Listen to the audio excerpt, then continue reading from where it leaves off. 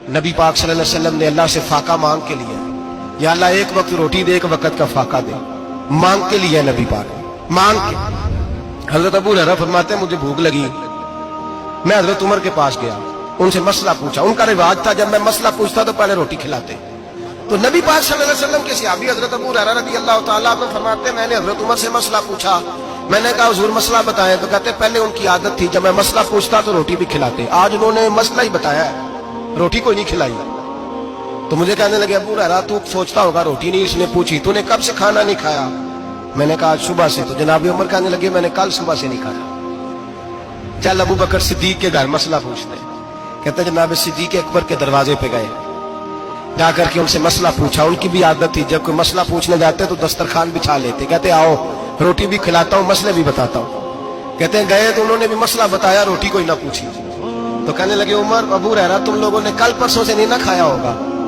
اور ابو بکر کو 4 دن گزر گئے ہیں، تھوڑا سا دودھ ملا ہے یا کھجور ملی ہے، روٹی کوئی نہیں ملی، چلو در رسول پہ چلتے آؤ حضور کی بارگاہ میں۔ کہتے ہیں نبی پاک کی بارگاہ میں آئے، حضور نے چہرے دیکھے، کریم سے مسئلہ نہیں پوچھنا پڑا۔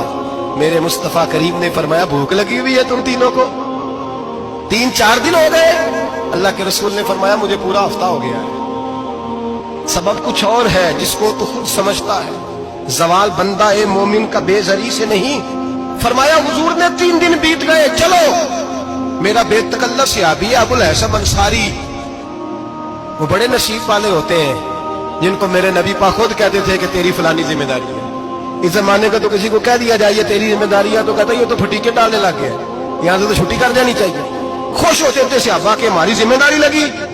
کہتے ہیں حضرت ابو الحسن انصاری کے گھر گئے، نبی پاک نے فرمایا بھوک بڑی لگی ہے کھانا لا۔ کہتے ہیں حضور نے اسے کہا تو اس آدمی کو تو وجد ہی ہو گیا، اس نے کہا میرے اتنے نصیب کہ حضور کا یہ کھانا کھلا۔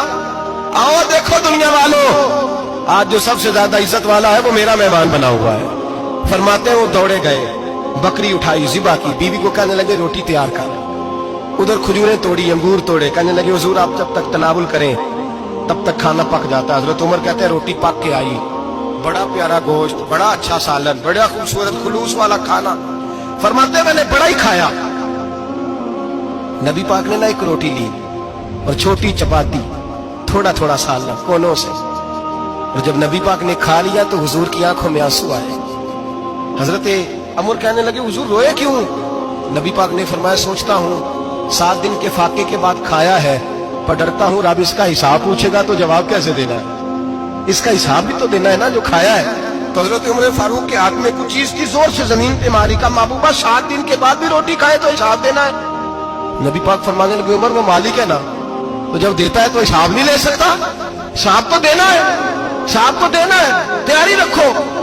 صحابہ کرام فرماتے ہم نے ارادہ کیا کہ آج کے بعد ہم پھر فاقے کریں گے، کم کھائیں گے، اس لیے کہ حساب دینا ہے۔ میرے بھائی وہ فاقہ کشی کرتے تھے، ڈرتے تھے، یہاں تو لوگ کھا کے بیمار ہیں، کھاتے جا رہے ہیں، سوتے جا رہے ہیں۔